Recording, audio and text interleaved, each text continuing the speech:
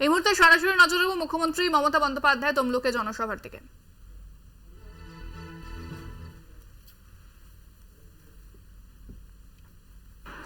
সবার নাম আমি এই জন্য বলতে পারছি না যে একটা মিটিং থেকে এত নাম একসাথে বলা যায় না। আমি আজকে দেবাংশুর হয়ে আপনাদের কাছে ভোট প্রার্থনা করতে এসেছি। আমি জানি প্রচণ্ড গরম, বাংলায় 3 মাস ধরে ইলেকশন চলবে। আমি নির্বাচন কমিশনকে একদিন অনুরোধ করব, বেশি না, এই রকম একটা ফাটাফাটি রোদে 8 ঘন্টা দাঁড়িয়ে থাকুন তো, 8 ঘন্টা সময় কাটিয়ে যান। মেদিনীপুরের যে কোনো একটা জায়গা বেছে নিন, বা বীরভূম বা বাঁকুড়া বা পুরুলিয়া বা দুর্গাপুর বা আসানসোল বা বর্ধমানের একটা জায়গা বেছে নিয়ে 4 ঘন্টা দাঁড়িয়ে থাকুন এবং দেখুন, উপলব্ধি করুন রৌদ্রের মাত্রাটা কত বেশি। রৌদ্রে দগ্ধ হয়ে, তপ্ত হয়ে, নির্বাচনটা হচ্ছে গণতন্ত্রের উৎসব, কিন্তু বাংলা কি অপরাধ করলো যে বিজেপিকে সন্তুষ্ট করবার জন্য 7টা ফেজে ইলেকশন করতে হচ্ছে? তামিলনাড়ুর ইলেকশন হয়ে গেছে, আর আমাদের দেখুন সবে একটা হয়েছে। মানে একদিনে 10 দিন টাইম, 10 দিন পর 4টে ইলেকশন হবে। মালদা উত্তর দক্ষিণ, মুর্শিদাবাদ উত্তর দক্ষিণ, তারপর হাতে 4 দিন করে প্রচারের টাইম পাবেন, 8টা করে ইলেকশন হবে। নিজেদের মতো করে সাজিয়েছে দাবার গুটি, যাতে নিজেদের টাইমটা বের করতে পারে, আর আরাম করে করে একটু একটু করে প্রোগ্রাম করে নিজেদের শরীর বাঁচিয়ে মানুষের শরীরকে বিপদে ফেলতে পারে। এই জন্যই অবস্থা। আমি একটা কথা বলবো, এরা যারা দাঁড়িয়েছে এদের দাও না, এই পর্যন্ত আসতে দাও না। না, এই যে ওইখানে খালি আছে, এই জায়গাটা দাও। যারা ওখানে দাঁড়িয়ে আছে এইখানে, এইটুকু বাদ রাখো, বাদ বাকিটা দিয়ে দাও।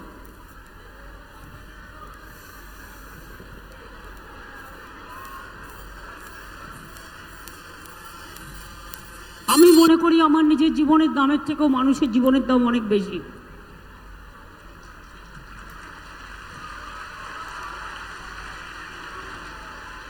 হিটস্ট্রোক হয়ে অলরেডি একজন মারা গেছে গঙ্গারামপুরে, সেদিন মিটিংয়ে এসেছিল। তাই মনে রাখবেন, মানুষকে এভাবে কষ্ট দেওয়ার কোনো ব্যাখ্যা আমি খুঁজে পাচ্ছি না। ব্যাখ্যা একটাই, বিজেপি যা বলবে দেশে ইলেকশন কমিশন তাই করবে, এছাড়া আর কোনো ব্যাখ্যা নেই।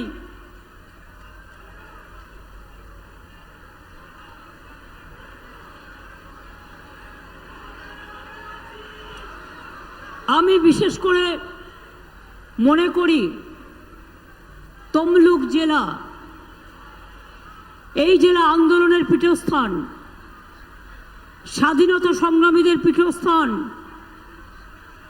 পিছাবুনি আন্দোলন থেকে শুরু করে, নতুন জাতীয় সরকার তৈরি হওয়া থেকে শুরু করে,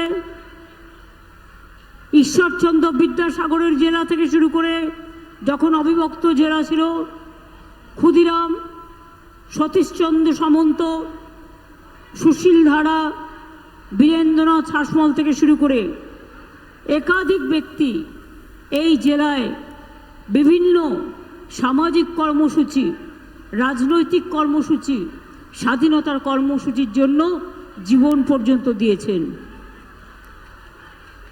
আর এই জেলায় আসলে আমার কি মনে হয় জানেন? আমার অনেক কিছু পুরনো দিনের কথা মনে পড়ে। কারণ তমলুক তো আমি আজকে নই,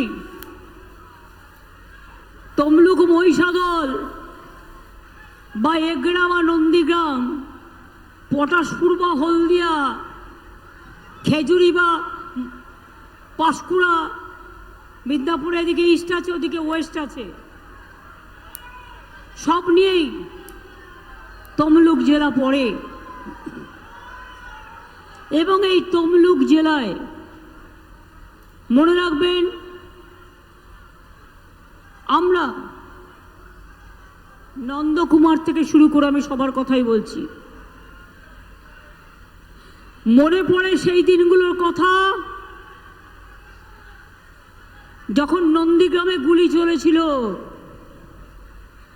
আমায় সিপিএম এর গুন্ডারা মদ খেয়ে কোলাঘাটে আটকে দিয়েছিল এবং কোলাঘাটে আমার গাড়িতে যখন পেট্রোল বোমা মারার চক্রান্ত হলো, সেদিন গোপাল গান্ধী রাজ্যপাল ছিলেন মাননীয়, রাত্রি 2টো নাগাদ আমাকে খবর পাঠালেন আমি যেন ওই 2 ঘন্টা ওখান থেকে সরে যাই, তা নাহলে আমাকে যে কোনো মুহূর্তে মেরে ফেলতে পারে। আমি কিন্তু সেদিন আপনাদের জেলার কোনো নেতা নেত্রীদের দেখিনি যে রাস্তায় ছিলেন না। আলবৎ চ্যালেঞ্জ জানিয়ে বলছি, বাধ্য হয়ে আমরা গেলাম। কোলাঘাট আমাদের বুক করা ছিল, কোলাঘাট থার্মেল পাওয়ারের যে গেস্ট হাউসটা আছে সেখানেও যাতে আমরা ঢুকতে না পারি বড় বাস রেখে দিয়েছিল। কি সাংবাদিক বন্ধুরা, মিথ্যে কথা বলছি না? যারা সেদিন ছিলেন তারাই সত্যতা স্বীকার করবেন। কোলাঘাটে রেখে দিয়েছিল বাস, মানে বড় বাস, পাবলিক বাস, যাতে আমরা গেট দিয়ে ঢুকতে না পারি। সেই গেট টপকে জিনিসপত্র নিয়ে আমাদের ঢুকতে হয়েছিল। পরের দিন সকালে 10টা নাগাদ আমি আনিসুরকে ডেকে পাঠাই। আনিসুর পাঁশকুড়ার ছেলে, যে এখন জেলে আছে এইখানকার গদ্দারটার জন্য। সেদিন যখন কেউ ছিল না, আনিসুরকে বললাম, আনিসুর, ওরা তো আমি যেখানেই যাচ্ছি আটকে দিচ্ছে, তারা তো এতগুলো মানুষ গুলি খেয়েছে, আমাকে তো তাহলে পৌঁছতে দেবে না। কি করে পৌঁছাই বলতো? আমি বললাম, তোর স্কুটার বা বাইক কিছু আছে? বললো, হ্যাঁ দিদি, আমার একটা বাইক আছে। আলো, কাউকে কিচ্ছু বলবি না, তুই বাইকটা চালাবি আর তোর পেছনে আমি বসবো, আর সিপিএম মেন রাস্তা হলেই আটকাবে, আমরা গ্রামের ভেতর দিয়ে তমলুক পর্যন্ত আসবো। আগে তমলুক হাসপাতালে অনেকে ভর্তি ছিল, সেই জন্য যখন তমলুকে এসে পৌঁছেছি তখন সিপিএম এর কাছে খবর গেছে, আরে এরা তো ঢুকে গেছে। তখন সেখানে বসে পড়েছে। যেই বসে পড়েছে, আমরা হাঁটতে হাঁটতে হসপিটালে গেছি। নিয়ে রাত্রে কোথায় থাকবো? তখন তো আর তমলুক এত ডেভেলপ ছিল না, মহিষাদল এত ডেভেলপ ছিল না, সেদিন তো কিছুই ছিল না। আমি চিত্ত মাইতিকে ধরলাম। চিত্ত মাইতি আর চিত্ত মাইতির বউ শিখা মাইতি আমার দীর্ঘদিনের পরিচিত। আমি চিত্তদাকে বললাম, চিত্তদা, একটা থাকার ব্যবস্থা করা যাবে একটা রাতের জন্য? চিত্তদা একটা গলির মধ্যে একটা ছোট্ট জায়গা দেখে আমাকে বলল, আজকের রাতটা আপনারা এখানে থেকে যান। কিন্তু থাকবো যে, আসার সময় তো দাঁত মাচনটাও নিয়ে আসতে পারিনি, ব্রাশটাও নিয়ে আসতে পারিনি। শিখা মাইতিকে ডেকে পাঠালাম রাত্রির বেলায়। বললাম, শোনো না শিখাদি, প্রবলেম হচ্ছে, আমি যে শাড়ি পরি সে শাড়ি তো আর পাওয়া যায় না সব জায়গায়। তোমাকে আমি শাড়ি চাইলে তুমি একদিনের জন্য নিশ্চয়ই আমাকে একটা পরার শাড়ি দিতে পারো, কিন্তু আমি যেগুলো পরি সেগুলো তো তোমরা পরো না। তুমি বরঞ্চ আমাকে মেয়েদের আর যার যা লাগে পরিধান করতে গেলে আমাকে 2টো দাও, আর বাদ বাকি শাড়ি আমি নিজেই কেচে নেবো, রাত্রে আমি শুকিয়ে নেবো, পরের দিন আমি নন্দীগ্রাম যাব। এভাবেও দিন গেছে। তারপরে যখন গেলাম, কারো পাত্তা ছিল না, কেউ বেরোয়নি, না পিতা না পুত্র, আমি যখন গেলাম নন্দীগ্রাম হাসপাতালে, সুপ্রিয়ান হয়তো এখানে উপস্থিত নেই, কোথায় আছে? আমি কথাগুলো মিথ্যে বলছি না সত্যি বলছি। আমি যখন নন্দীগ্রামে গেলাম তখন হাসপাতালে পেশেন্টদের দেখতে গেছিলাম, কাঁদানে গ্যাস ছুড়ল। আর তার ঠিক 15 দিন আগে আমার গল ব্লাডার অপারেশন হয়েছিল, কারণ আমি সিঙ্গুরের কৃষিজমি আন্দোলন নিয়ে, নন্দীগ্রামের আন্দোলন নিয়ে আমি 26 দিন অনশন করেছিলাম। তাই তখন আমার দুটো জিনিস শরীর থেকে বাদ দিতে হয়েছিল।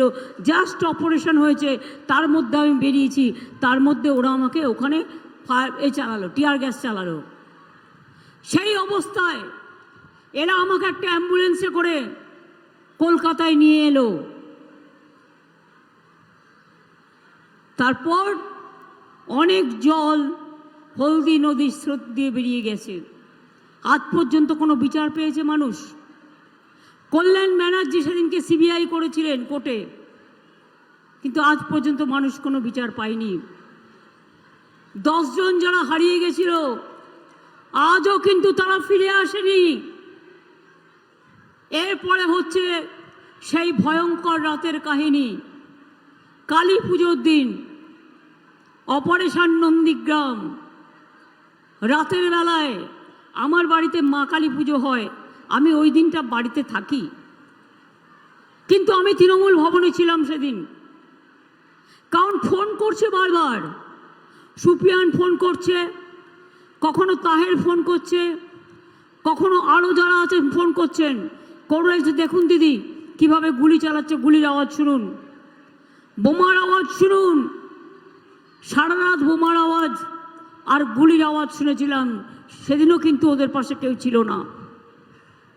তারপরে পরের দিন আমরা চলে গেলাম এবং ওখানে গিয়ে তমলুকে গিয়ে যখন উঠলাম শুনলাম ওরা কাউকে ঢুকতে দিচ্ছেন না। চণ্ডীগ্রাম থেকে প্রেস পর্যন্ত ঢুকতে পারিনি, সবাইকে আটকে দেওয়া হয়েছে। চণ্ডীগ্রাম বলছি, সরি, চণ্ডীপুর, সোহমের কনস্টিটিউয়েন্সি, ঢুকতে দেওয়া হয়নি। ঘন্টার পর ঘন্টা আমরা অপেক্ষা করেছি তমলুক থেকে চণ্ডীপুরের ওই জায়গাটা। কাবুল ছিল আমার সাথে, আগে এমএলএ ছিল কিন্তু এখনো তৃণমূলের নেতা। পরের দিন প্রায় এক পা করে যাওয়া, আর তখন অনেকেই আমায় ফোন করছে, তোমাকে তো মেরে ফেলবে, তোমাকে তো মেরে ফেলবে, ওখান থেকে সরে যাও। আমি বললাম আমি যখন এসেছি আমি সরব না, আমি যাবই, যা হবার হবে। 10 দিন কিন্তু পিতাও বেরোয়নি, পুত্রও বেরোয়নি। আর হ্যাঁ, আমি আমার বইতে লিখেছিলাম ওদের নাম, তার কারণ আমি কি করে আমাদের লোকেদের নাম অস্বীকার করব বলুন? তখন আমাদের সাথে ছিল, তাই সম্মান দেওয়ার জন্য লিখেছিলাম। কিন্তু আজকে তো দাঁড়িয়ে লিখতে হলে ওটাকে পাল্টে দেবো, আমি সংশোধন করে দেবো। তার কারণ আমি নন্দীগ্রাম থেকে যারা এসছেন একজন নয়, প্রত্যেককে জিজ্ঞেস করব, ছিল সেদিন ওরা রাস্তায়? নন্দীগ্রামে ছিল রাস্তায়? মানুষের বাড়ি বাড়ি যখন আমরা গেলাম ওরা রাস্তায় ছিল। একটা মিটিং হয়েছিল 10-12 দিন পর, বাবু রেগে মঞ্চ থেকে পালিয়ে গেল। এসব আমি অনেক জানি। এদের মনটা হচ্ছে কুচুটে ভরা। একটা ব্যক্তিগত কথা বলি আপনাদের, যারা এত বড় বড় হম্বি তম্বি করে, একবার দীঘায় গেছি রিভিউ মিটিং করতে, এটা 3-4 বছর আগেকার কথা, যখন আমাদের সাথে ওনারা ছিলেন। তো যেতে যেতে আমি একটু মুচকি হেসেই বললাম, ওরে যদি কোনোদিন আমরা সরকারে না থাকি আমাদের এখানে দীঘায় ঢুকতে দেবে তো? আমি ভাবছি এখানে একটা ছোট্ট ঘর বানাবো। সেই শুনে হম্বি তম্বি করে রেগে পালিয়ে গেল গাড়ি থেকে নেমে। গাড়িতে আমি ছিলাম, ও ছিল, আরেকজন সাংবাদিক ছিল। বাবা শপথ দিতে গেছে মন্ত্রী, বড় বড় কথা বলে বেড়ায়। যখন আমাদের তৃণমূল কংগ্রেসের 6 জন রাজ্যমন্ত্রী হলো এবং আমি সেন্ট্রাল মিনিস্টার ছিলাম, রেল মিনিস্টার ছিলাম, বাবা শপথ দিতে গেছে, বাবা, নিজের বাবা। দেখলাম এখন অবশ্য উনি বলবেন না, স্বীকার করবেন না, দেখলাম ওনার ছেলে নেই শপথে। খোঁজ খবর নিলাম, শুনলাম বাবা কেন মন্ত্রী হবে, উনি কেন হবেন না, তাই ওনার গোস্বা হয়েছে, তাই উনি বাবার শপথে যাননি। এদের কাছ থেকে শিক্ষা নিতে হবে, এদের কাছ থেকে শিক্ষা নিতে হবে, এদের কাছ থেকে জ্ঞান শুনতে হবে। শুনুন, আমি যখন কংগ্রেস করতাম ছোটবেলায়, ও 3 বার না 2 বার দাঁড়িয়েছিল। সব ইলেকশনে আমি এসেছিলাম, কিন্তু ও গোহারা হেরেছিল। তৃণমূল কংগ্রেস যখন তৈরি হয়েছিল তখনও কিন্তু ওরা তৃণমূল কংগ্রেসে আসেনি, মাটি মাপছিল। তখন কিন্তু সিপিএমের বিরুদ্ধে দাঁড়িয়েছিল অখিলগিরি এবং ভোটে ও 2য় পজিশনে ছিল। আর ওনার পিতৃদেব মাননীয় মহোদয়, তিনি ছিলেন 3য় স্থানে। আর এখন তো দেখছেন কত ক্ষমতা, যেন মনে হচ্ছে গভর্নমেন্ট অফ ইন্ডিয়ার প্রেসিডেন্ট উনি। সিবিআই কার বাড়ি যাবে সেটা উনি ঠিক করবেন, ইডি কার বাড়ি যাবে উনি ঠিক করবেন, এনআইএ কার বাড়ি যাবে উনি ঠিক করবেন, কাকে কাকে জেলে ভরবেন সেটা উনি ঠিক করবেন, কার কার চাকরি খাবেন সেটা উনি ঠিক করবেন। ওনার এক পকেটে বোমা আর এক পকেটে সিবিআই এজেন্সি আর ইডি।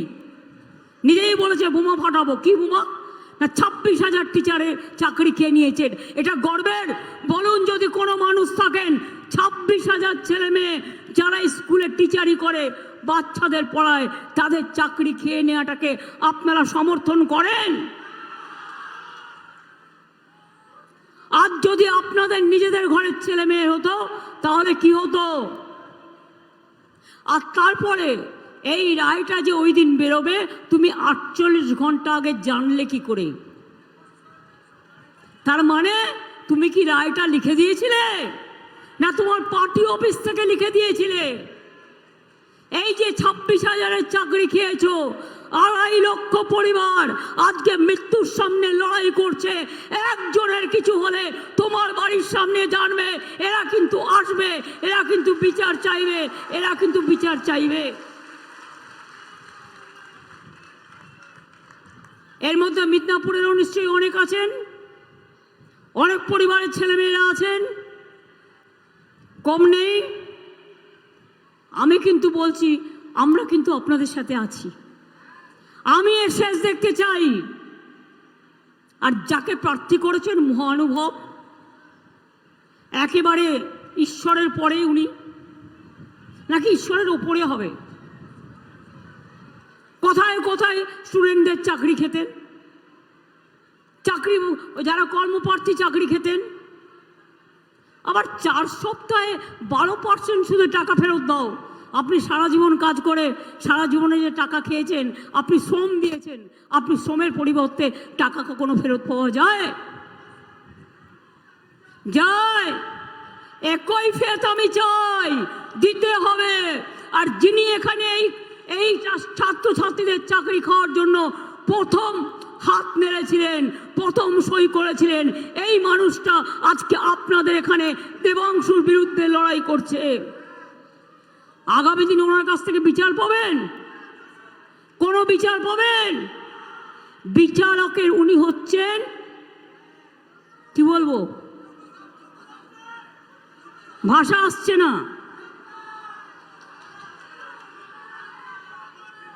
যিনি বিচারকের আসনে বসে বিজেপির সাথে ফোনে কথা বলতেন, নিজেই বলেছেন, বিচারের আসনে বসে সবার চাকরি খেতেন আর বিজেপি পার্টি করতেন, আর অন্য পলিটিক্যাল পার্টিদের টিভিতে গিয়ে গালাগালি দিচ্ছেন, তাকে আমি কি বলবো?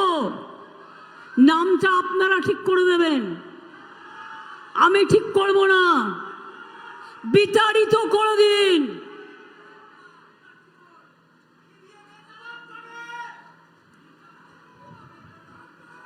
লোডশেডিং করে, ইভিএম চুরি করে নন্দীগ্রামে আজও মামলা ঝুলছে কোর্টে। 2.5 বছর হয়ে গেল, কোনো বিচার হয়নি। তার কারণ লুকিয়ে লুকিয়ে ভোটের মেশিন কারচুপি করেছিল।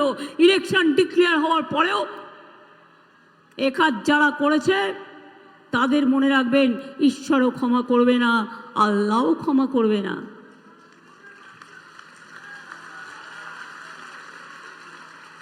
আজকে উনি বড় গেরুয়াধারী হয়ে গেছেন।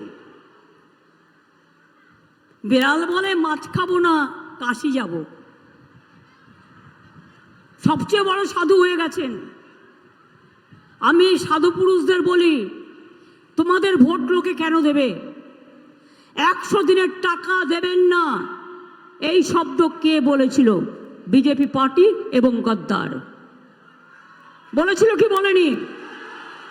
আবাস যোজনার টাকা দেবেন না, কে বলেছিল? গদ্দার। বাংলার রাস্তার টাকা দেবেন না, বলেছিল কে? গদ্দার। আর বলে বেরিয়েছে তৃণমূল নাকি চুরি করেছে। তাই ওরে, তৃণমূল চুরি তো তোর থেকে শিখেছে, তৃণমূল চুরি করতে জানতো না, তৃণমূল চুরি করেও নি। তোদের মতো কিছু অপদার্থ থেকে, তোদের মতো কিছু অপদার্থের জন্য আজকে তুই পালিয়ে গেছিস আসল কাজটা করে। বিজেপিতে যাতে সিবিআই না ধরে, যাতে ইডি না ধরে, যাতে ইনকাম ট্যাক্স না ধরে, যাতে এনআইএতে না ধরে, আর 10টা দিয়ে গেছিস তৃণমূলের ওপরে। কিন্তু তৃণমূল মাথা নত করে না, এটা মাথায় রাখবেন। তৃণমূল মাথা নত করে না, করবে না। 350 টিম নিয়ে এসেছিল এখানে। প্রতিদিন চকলেট বোম ফাটলেও এনআইএ, কালী ফটকা কাটলেও এনআইএ, ধানি ফটকা ফাটলেও NIA. Government of the agency, by the agency and for the agency. আজকে এই হয়ে গেছে ভারতবর্ষের অবস্থা। আপনারা এনআরসি সমর্থন করেন, এনআরসি সমর্থন করেন। এনআরসি হলে কি হবে জানেন তো? তা গদ্দারকে প্রশ্ন করছেন না কেন? আমরা সবাই দেশের বাইরে চলে যাব, আর তুমি একা ফুটবল খেলবে? বাবা বলো, তুমি হাফ প্যান্ট পরে একা ফুটবল খেলবে? বলুন, খেলা হবে, ঘরে ঘরে খেলা হবে, মা বোনেরা খেলবে, রূপসীরা খেলবে, কন্যাশ্রীরা করবে, শিক্ষাশ্রীরা খেলবে, সংখ্যালঘুরা খেলবে। আর এখন মুসলিম এলাকায় গিয়ে টাকা পয়সা কিছু দিয়ে বলছে, শোনো, তৃণমূলের ভোটটা কাটো। বিজেপির এখন পাখির চোখ দুটো, এক চোখ হচ্ছে সিপিএম, আর এক চোখ হচ্ছে কংগ্রেস। বাংলায় কোনো জোট নেই, মনে রাখবেন। আমরাই জিতলে ইন্ডিয়াতে গিয়ে ইন্ডিয়া সরকার তৈরি করব সবাইকে নিয়ে, কিন্তু বাংলায় কোনো জোট নেই। বাংলায় ওটা বিজেপির জোট, ওটা বিজেপির ভোট। তাই ভয় পেয়ে সবাই নাকি চোর, উনি সাধু। জিজ্ঞেস করুন তো, যদি কেউ জিজ্ঞেস করেন হলদিয়াতে আপনার কি কি আছে, নন্দীগ্রামে কি কি আছে, বাড়িঘর কি কি আছে, সম্পত্তি কি কি আছে, মাছ ধরতে দান কিসে করে, পেট্রোল পাম্প কাদের আছে, সব যদি জিজ্ঞেস করতে চান কোনোদিন কোনো উত্তর পাবেন? পাবেন না। কারো বুকে সাহস নেই। আর যিনি এখানে দাঁড়িয়েছেন তিনি ভাবছেন এটাও বিচারালয়, তাই তিনি কখনো বলছেন পদত্যাগ করতে হবে। আমি বলি, আগে নিজে দেহ ত্যাগ করুন, তারপরে পদত্যাগের কথা বলবেন। আগে প্রথমে নিজের লজ্জাটা ঢাকুন।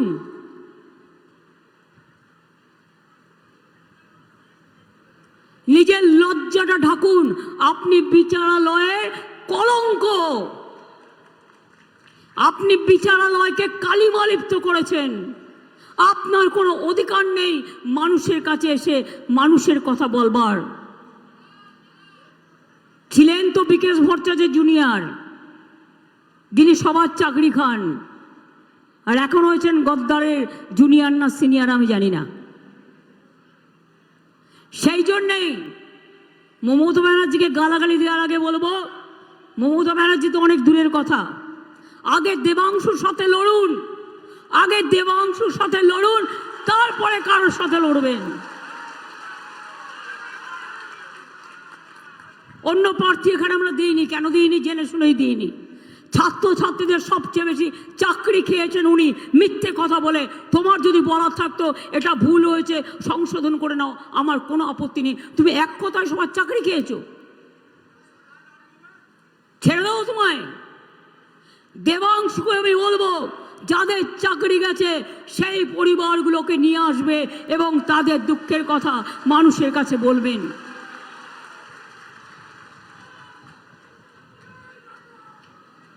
প্রশাসন গেছে কোর্টে, প্রশাসন প্রশাসনের মতো করবে, ছাত্রছাত্রীরাও গেছে। আমি সারা বাংলার সমগ্র মানুষকে বলবো, দেখুন আজ যদি ভাবে 26,000-এর চাকরি চলে যায়, 2.5 লক্ষ পরিবার, তাকে বলছে 8 বছর কাজ করেছে, ওই 8 বছরের 12% সুদ সহ সব টাকা ফেরত দিতে হবে। একটা লোক শ্রমদান করেছেন, শ্রমদানের বিনিময়ে সে টাকা ফেরত দিতে পারে? একটা লোক কাজ করেছে, তো স্কুলগুলো চলবে কি করে? ছাত্রছাত্রীরা থাকবে কোথায়? পড়াশুনো করবে না গদ্দার তৈরি হবে? মানুষের মতো মানুষ তৈরি হবে না গদ্দার তৈরি হবে? এবার আপনাদের বলি, এখানে মহাত্মা গান্ধীজির নামে বিশ্ববিদ্যালয় আমরা করে দিয়েছি, তমলুক মেডিকেল কলেজ করে দিয়েছি, মাতঙ্গিনী হাজরা মহাবিদ্যালয় তৈরি হয়েছে। এরকম অনেকগুলো কাজ আমাদের এখানে করা আছে। আমি সবটা না বললেও একটা দুটো তো নিশ্চয়ই বলবো, যদিও এটা বলার কথা আমার নয়, কারণ এটা আমাদের ইলেকশন নয়, এটা দিল্লির ইলেকশন। তা সত্ত্বেও বলি আপনাদের,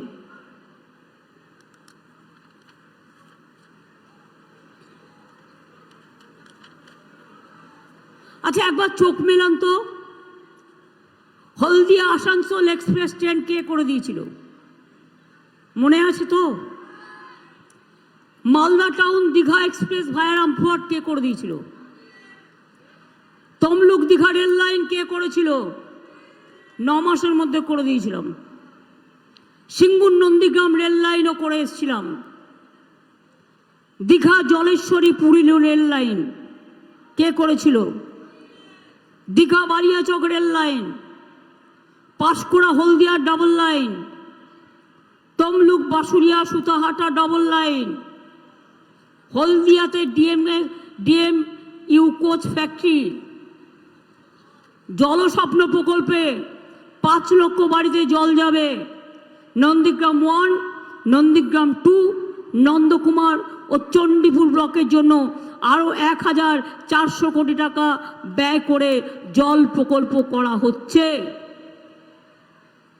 নিমতৌড়িতে নতুন ভবন তৈরি হয়েছে কি হয়নি? নন্দীগ্রাম স্বাস্থ্য জেলা কে করেছে? 3টে সুপার স্পেশালিটি হাসপাতাল, নন্দীগ্রাম, পাঁশকুড়া, এগরা। তাম্রলিপ্ত মেডিকেল কলেজের আত্মীয়দের বসবাস করবার জন্য, থাকার জন্য 100 বেডের নাইট শেল্টার, তমলুকের নার্সিং সেন্টার, মহিষাদলে মহাত্মা গান্ধী বিশ্ববিদ্যালয়, 3টি নতুন কলেজ। মৎস্যজীবীদের জন্য 2 মাস আমরা 5,000 টাকা করে 10,000 টাকা দেব। তার কারণ এই 2 মাস বর্ষাকালে তারা সমুদ্রে যেতে পারে না, তাদের পরিবার কষ্টে থাকে, তাই আমাদের কাছে যে লিস্ট আছে সেই অনুযায়ী আমরা করে দেব। নয়াচরে আমরা মৎস্য হাব তৈরি করছি এবং মাছ শুকনোর চাতাল, মাছের বাজার, মাছ সংরক্ষণের জন্য কোল্ড স্টোরেজ, অন্যান্য পরিকাঠামো, মৎস্যচাষীদের বার্ধক্য ভাতা, এগুলো আমরা করছি। হলদিয়াতে তাজপুর পোর্ট, গভীর সমুদ্র তৈরি করছি আমরা, 25,000 ছেলেমেয়ের ওখানে আবার চাকরি হবে। ল্যান্ডপোর্ট তৈরি হচ্ছে ওখানে, কেবল ল্যান্ডপোর্ট। হলদিয়াতে 3টে ইন্ডাস্ট্রিয়াল পার্ক হয়েছে, আরও 5টি হচ্ছে। নন্দীগ্রাম 1-এর বৈচিবাড়ি, খেজুরি 2-এর নিজ কসবা 2টি, রামনগর 2-এর ঘোল এবং চণ্ডীপুরের খাগদা। হলদিয়াতে আইটি পার্ক, দীঘাতে কেবল ল্যান্ডিং সেন্টার, আর তাজপুরে হচ্ছে গভীর সমুদ্র বন্দর। এছাড়াও আরও অনেক কাজ হয়েছে, কাজু বাদাম ক্লাস্টার থেকে শুরু করে কাঁথিতে পটাশপুর টুয়ে কাঁসা পেতলের ক্লাস্টার, তমলুকে বাঁশের বডি নির্মাণের ক্লাস্টার, পটাশপুর এ শঙ্খখোলার ক্লাস্টার, চণ্ডীপুরে পটচিত্রের ক্লাস্টার, ঘাটার মাস্টার প্ল্যান, এটাও আমরা আগামী দিন তৈরি করব। আপনারা মনে রাখবেন, আমরা কপালেশ্বরী কেলেঘাই এটাও আমরা করে দিয়েছি অলরেডি। এছাড়াও শহীদ মাতঙ্গিনী হাজরার বাড়িতে মেমোরিয়াল গ্যালারি, পিছাবনিতে স্মৃতিসৌধ জাদুঘর আমরা করে দিয়েছি। তাছাড়া একটা বড় কাজ করছি। কোনোদিন ভেবেছিল এদের দেবতা তো এরা নয়, ওদের দেবতা একটাই, বাইরে থেকে ধার করে নিয়ে আসা, যা বলবে তাই।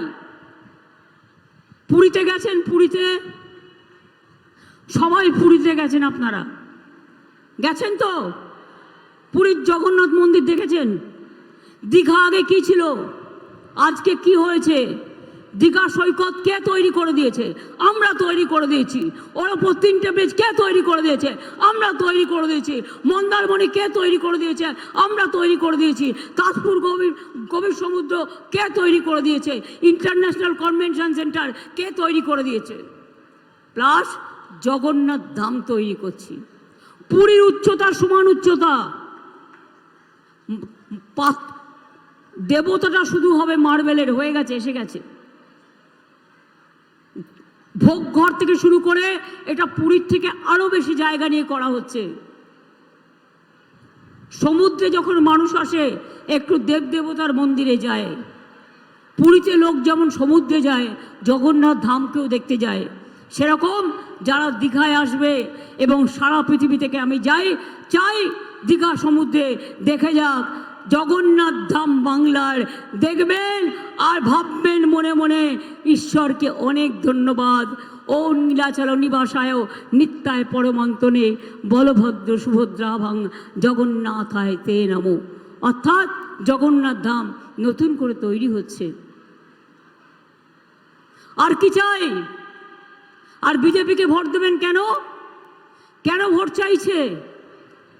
ভোট তো দিয়েছিলেন এখানে, অবশ্য আপনারা তৃণমূলের দুটোকে দিয়েছিলেন, বাবা ছেলেকে, কিন্তু তারা গত 3 বছর ধরে আমাদের সাথে নেই। যত করেছে তত সিবিআই ধরবে বলে পালিয়েছে। আমি আবার আপনাদের কাছে বলি, শুনে রাখুন, দিল্লিতে ভোট দেবেন, আমাকে আপনারা জিজ্ঞেস করতে পারেন বিধানসভা ইলেকশনের সময় যে আপনি রাজ্যের জন্য কি করেছেন, যা বলেছেন সেটা করেছেন কিনা। আমরা ইলেকশনের আগে কি বলেছিলাম? 21-এ লক্ষ্মীর ভান্ডার করব, করেছি। কি বলেছিলাম? বিনা পয়সায় রেশন দেবো, দিয়েছি। 10,000 টাকা কৃষক ভাতা দেবো, দিয়েছি। স্মার্টফোন দেবো, এই 10 লাখ টাকার স্মার্ট ক্রেডিট কার্ড করব, করেছি। এছাড়াও অনেক কাজ আছে, বাট মেন এই 4টি বলেছিলাম। আমি যদি বিজেপির 4টে কথা বলি, নরেন্দ্রবাবু আপনাকে ভোট দেব কেন বলুন তো? কেন মানুষ ভোট দেবেন? আপনি বলেছিলেন 15 লাখ টাকা করে সবার অ্যাকাউন্টে জমা দেবেন, দিয়েছেন? পেয়েছেন? 1 লক্ষ টাকা পেয়েছেন? 2 লক্ষ টাকা পেয়েছেন? 3 লক্ষ টাকা পেয়েছেন? 4 লক্ষ টাকা পেয়েছেন? 5 লক্ষ টাকা পেয়েছেন? 6 লক্ষ টাকা পেয়েছেন? 7 লক্ষ টাকা পেয়েছেন? 8 লক্ষ টাকা পেয়েছেন? 9 লক্ষ টাকা পেয়েছেন? 10 লক্ষ টাকা পেয়েছেন? আচ্ছা 5 লক্ষ নয়, ছেড়েই দিলাম, 50,000 টাকা কেউ পেয়েছেন? যদি না পেয়ে থাকেন জোরে বলুন পাইনি। যদি 15 লক্ষ টাকা দেবে বলে দেয়নি, তাহলে ভোট দেবেন কেন? ভোট বক্সে ভোটটা জোড়া ফুলকে দিন, আর মোদির মুখ বন্ধ করে দিন, গদ্দারদের মুখ বন্ধ করে দিন। বলেছিল 2 কোটি বেকারের চাকরি দেবো, আগের ইলেকশনে দিয়েছে? 2 কোটি বেকারের চাকরি দিয়েছে? বরঞ্চ চাকরি খেয়ে নিয়েছে। জিনিসের দাম বাড়িয়েছে, এটা আমাদের হাতে নয়, এটা সেন্ট্রালের হাতে। মেডিসিনের দাম বাড়িয়েছে, মেয়েদের উপর অসম্মান করেছে, দলিতদের উপর অত্যাচার করেছে, কৃষকদের আন্দোলন করতে দেয়নি, রাজনৈতিক নেতাদের জেলে পুরে দিয়েছেন, আর সবাইকে ইডি সিবিআই করে দেখাচ্ছেন। আর বড় বড় চোর ডাকাতগুলো আপনার পার্টিতে গেলেই ভাজপা ওয়াশিং মেশিন, ভাজপা হয়ে গেল কালো, কালো হয়ে গেল আর বেরোলো সাদা হয়ে। আপনার পার্টি করলে চোর ডাকাত মাফিয়া লুটেরা সব মাপ, আর অন্যদের জন্য বন্ধ ঝাপ। কি উত্তর কাকে দিতে হবে? উত্তর দিয়েছেন? আপনি সন্দেশখালি নিয়ে কথা বলেন, আমার মা বোনেরা ওখানে ভালো আছেন। যদি কারো কোনো প্রবলেম হতো আমাকে জানাতো, আমাকে জানায়নি। কিন্তু যখন আমি সংবাদপত্র মারফত জানতে পেরেছি, আমরা সরকারি অফিসারদের দিয়ে ওদের যা প্রবলেম ছিল সেগুলো করে দিয়েছি। কিন্তু আপনি বলুন, গুজরাটের দাঙ্গায় কত লোককে খুন করেছিলেন আপনারা? আজও হাতে রক্তের দাগ আছে। বিলকিস বানুর খুনিদের ছেড়ে দিয়েছেন কারা? হাতরাসে বোনের ওপর অত্যাচার করেছেন কারা? জীবন্ত মহিলাকে জ্বালিয়ে মেরেছেন কারা? এনআরসি নিয়ে কত সংখ্যালঘু মানুষের উপর অত্যাচার করেছেন, এমনকি 19 লাখ হিন্দু বাঙালিকেও বাদ দিয়েছিলেন আসাম থেকে। মনে নেই? মনে পড়ে?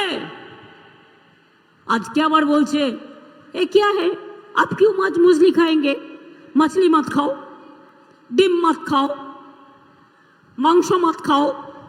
মধ্যপ্রদেশে মাংসের দোকান বন্ধ, রাজস্থানে মাছের দোকান বন্ধ, উত্তরপ্রদেশেও মাছ মাংস ডিমের দোকান বন্ধ। তাহলে আপনারা কি বার্লি খেয়ে থাকবেন? কি খাবেন? বার্লি? বার্লি খাবেন? থাকবে না। সংখ্যালঘু ভাই বোনেরা ভয় পাচ্ছেন কেন? আমি তো আছি। তপশিলি ভাই বোনেরা ভয় পাচ্ছেন কেন? আমি তো আছি। আদিবাসী ভাই বোনেরা ভয় পাচ্ছেন কেন? আমি তো আছি। ভূমিজ সম্প্রদায় যত কমিউনিটি আছেন ভয় পাচ্ছেন কেন? আমি তো আছি। হিন্দু বাঙালিরা তাদের মধ্যেও অনেক ধর্মীয় রীতিনীতি থাকে। ব্রাহ্মণদের একটা, কায়স্থদের একটা, বৈশ্যদের একটা, শুদ্ধদের একটা। সব ওরা ঠিক করে দেবে? একটা নীতি মেনেই চলতে হবে। নীতিটা কি? যা বলবে বিজেপি সেটাই আপনার ধর্ম। माँ दुर्गा ना चलবে না। ममता जी तो माँ दुर्गा का पूजा नहीं करने देता है। ममता जी तो सरस्वती पूजा करने नहीं देता है। कि बांग्लाय दुर्गा पूजा হয় কি হয় না? सरस्वती पूजा হয়, काली पूजा হয়, শিবের পুজো হয়, রোজা হয়, ইফতার হয়, ঈদ মোবারক হয়, জায়ের থান আছে, মাজিদ থান আছে, গির্জা আছে, ধামসা মাদল আছে, বায়ুল আছে, মা বোনেরা আছে, সব কিছু আছে বাংলায়। তাই মনে রাখবেন, বাংলার উপর কেন অত রাগ জানেন? বাংলাকে ওরা সহ্য করতে পারে না। বাংলাকে সহ্য করতে পারে না কারণ বাংলাই একদিন ভারতবর্ষের রাজধানী ছিল। অন্য সবাই চুপ হয়ে গেলেও বাংলা কোনোদিনও চুপ করে থাকবে না। বাংলা প্রতিবাদ করবে, বাংলা গর্জন করবে, মনে রাখবেন। হঠাৎ কদিন আগে শুনলাম বলছে 3 মাস বাদে লক্ষ্মীর ভান্ডার বন্ধ করে দেবো। আমি বললাম সাহস তো কম নয় ছোকরা, সাহস থাকা ভালো, দুঃসাহস থাকা তো ভালো না। এটা ফোড়েবাজ, তোমাদের দিল্লির টাকা নয়, এটা বাংলার টাকা, মায়ের টাকা, বোনের টাকা, আত্মসম্মানের টাকা। যতদিন বেঁচে থাকবেন লক্ষ্মীর ভান্ডার পেয়ে যাবেন, 60 বছরও শেষ হবে না। আমি বাড়িয়ে দিয়েছি, আপনারা পেয়ে যাবেন, চিন্তার কোনো কারণ নেই। কৃষকরাও কৃষক ভাতা পান। একটা অ্যাক্সিডেন্টে লোক মারা গেলে পর্যন্ত আমি সঙ্গে সঙ্গে তাকে নিয়ে আসি। এই কদিন আগে একটা মিদনাপুরের বাস অ্যাক্সিডেন্ট করলো পুরীতে, আমি সঙ্গে সঙ্গে সুজিতকে পাঠালাম, পাঠিয়ে তাদের নিয়ে আসলাম। রেল অ্যাক্সিডেন্ট হলো, আমি সঙ্গে সঙ্গে ছুটে গেলাম, প্রত্যেকটা পরিবারকে চাকরি দিয়েছি, তাদের সাহায্য করেছি, সব সময় করে দিই। কিন্তু আমি তো এটুকু আশা করি যে আপনারা আমাকে এটুকু কাজ করার সুযোগ দেবেন। অনেক জ্বালাচ্ছে আমাদের।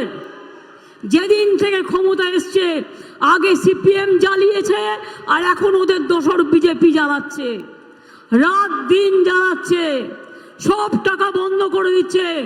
100 দিনের কাজে গরিবদের টাকা দেয়নি, কোনো দুর্নীতি হয়নি।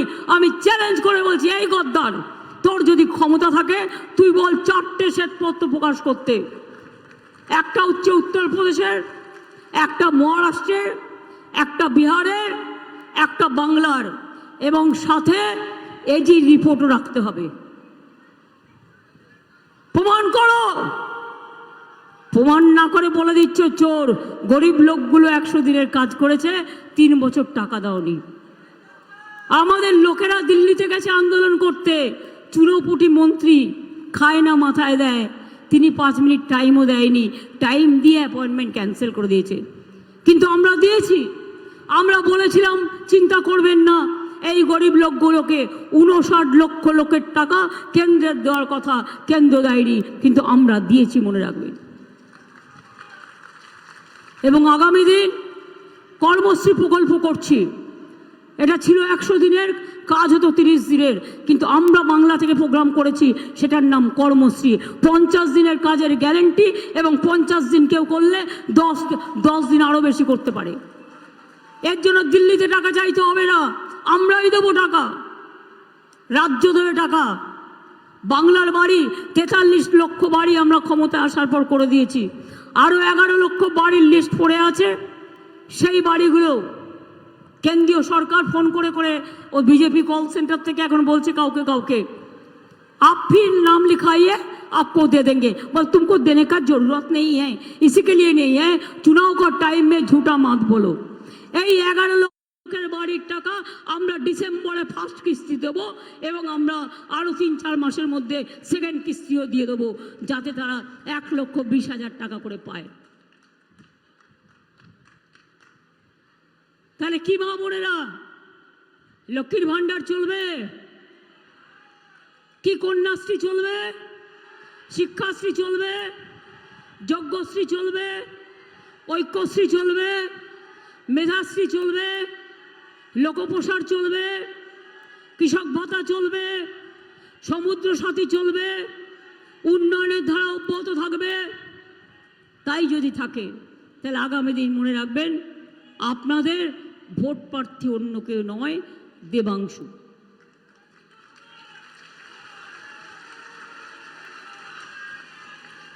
আমি 1984 সালে, ন্যাচারালি তখন আমার বয়স একটু কম ছিল, বাবা মায়েরা যা করতো আর কি আগেকার দিনে, আমার মতো অনেকেরই এরকম আছে। আমার দাদা আমার থেকে বয়সে ছোট, আমি ওর থেকে 5 বছর বড়। এ আমার বইতে লেখা আছে, নতুন করে বলার কিছু নেই। তো আমি ইলেকশনে জিতে গিয়েছিলাম যাদবপুর থেকে কন্টেস্ট করে। সেটা ছিল 1984 সালের নভেম্বর মাস, ইন্দিরা গান্ধীর মৃত্যুর পর। আর আজকে এই নভেম্বরে ওটা কিন্তু 40 বছর পূরণ হবে, কারণ আমি রাজনীতি করি 10-11 বছর বয়স থেকে। তাই দেবাংশুকেও পাঠিয়েছে এখানে বোয়াল মাছে খবল মারতে, মানুষের মাঝে দাঁড়িয়ে কাজ করতে। আমি সেদিন থেকে কাজ করতাম বলেই সিপিএম ভয় পেয়ে সবাইকে হারাবার চেষ্টা করত, কিন্তু আমাকে হারাতে পারতো না।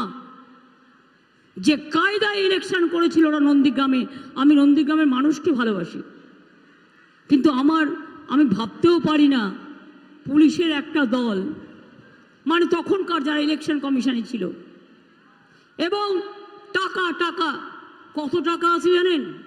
ইলেকশনের আগে কাউকে 50,000 পকেটে দিয়ে দেয়, কাউকে 1 লাখ দিয়ে দেয়, কাউকে 2 লাখ দেবে, কাউকে 5 লাখ দেবে। টাকা নেবেন কি নেবেন না আপনার ব্যাপার। আপনাদের তো 15 লক্ষ টাকা পাওনা আছে, তাই না? যদি টাকা দেয়ও সেটা ওদের টাকা নয়, পাপের টাকা। 15 লক্ষ টাকা তো দেয়নি। আপনার খাবার ইচ্ছা হলে আপনি খেয়ে নিন, কিন্তু ভোটের বাক্সে উল্টে দিন, তৃণমূলকে জোড়াফুলকে ভোট দিন, এটা মাথায় রাখবেন। মনে থাকবে কথাগুলো। কি দেবাংশুকে জেতাবেন তো? ও হয়তো কোনোদিন ভাবেইনি ও ইলেকশনে লড়বে, যেমন আমি কোনোদিন প্রথমে ভাবিনি যে আমাকে দাঁড় করাবে। ওকে আমি দাঁড় করিয়েছি একটাই কারণে, যে আগামী দিন এই মেদিনীপুর জেলাটাকে সাফসুতরো করবে এবং এই মেদিনীপুর জেলায় ঘুরে বেড়াবে তমলুক থেকে কন্টাই, কন্টাই থেকে তমলুক, মহিষাদল, নন্দীগ্রাম, ময়না, সবং থেকে শুরু করে ওদিকটা আছে। কিন্তু আমি বলবো মিদনাপুর পূর্বটা নতুন জেলা, এটাই দেখো ভালো করে। বাদ বাকি কাজ তো আমি আপনাদের সাথে আছি। আমি কথা দিলে কথা রাখি। কি ভোটটা দেবেন তো? জড়া ফুলে ভোটটা দেবেন তো? আবার পুলিশ এসে ভয় দেখালো, ভয় পাবেন না তো? মনে রাখবেন 1 মাস বাদে ওরা গেছে, প্রথম নির্বাচন হয়ে গেছে, মোদিবাবু খাবড়ে গেছে। প্রথম নির্বাচন হয়ে গেছে, বিজেপি খাবড়ে গেছে। এত সস্তা নয়, ইসবার 400 পার। এতই সস্তা মানুষ বলছে ইসবার 200 নেই হোগা পার। তার কারণ অন্যান্য রাজ্যে যে যার মতো লড়ছে এবং সেক্ষেত্রে বিজেপি মনে রাখবেন যতই আশা করে বসে থাকুক, আগের বার 303টে সিট পেয়েছিল, বিহার থেকে সবটা পেয়েছিল, তামিলনাড়ু পেয়েছিল, কর্ণাটক পেয়েছিল, ইউপি পেয়েছিল, রাজস্থান পেয়েছিল, মধ্যপ্রদেশ পেয়েছিল, বাংলা থেকেও 18টা সিট পেয়েছিল। কিন্তু এবার সে ঘুরে বালি, এবার সে ঘুরে বালি। আমরা বাংলায় জোট না করলেও ইন্ডিয়া জোটকে ক্ষমতায় দিল্লিতে আমরাই নিয়ে আসবো, এটা মাথায় রাখবেন। এবং তা যদি করতে হয় তাহলে আমার সাথে স্লোগান দিয়ে বলুন, অলি গলি মে সোর হে, अली गली में शोर है, अली गली में शोर है, अली गली में शोर है, देश में शोर है, देश में शोर है। গরিবদের টাকা দাওনি কেন? বিজেপি জবাব দাও। 100 দিনের টাকা কোথায় গেল? বিজেপি জবাব দাও। বাংলার বাড়ি টাকা কোথায় গেল? বিজেপি জবাব দাও। 26,000 লোকের চাকরি গেল কেন? বিজেপি জবাব দাও। জবাব তোমায় দিতেই হবে, জবাব তোমায় দিতেই হবে। গদি তো এমনিতেই চলে যাবে, আর 1 মাস আছে, যত তেল টেল একটু ধামাকা টামাকা দেখিয়ে দিক। আর বলি, আর নেই দরকার, আর নেই দরকার, আর নেই দরকার, আর নেই দরকার দাম বাড়ানোর সরকার।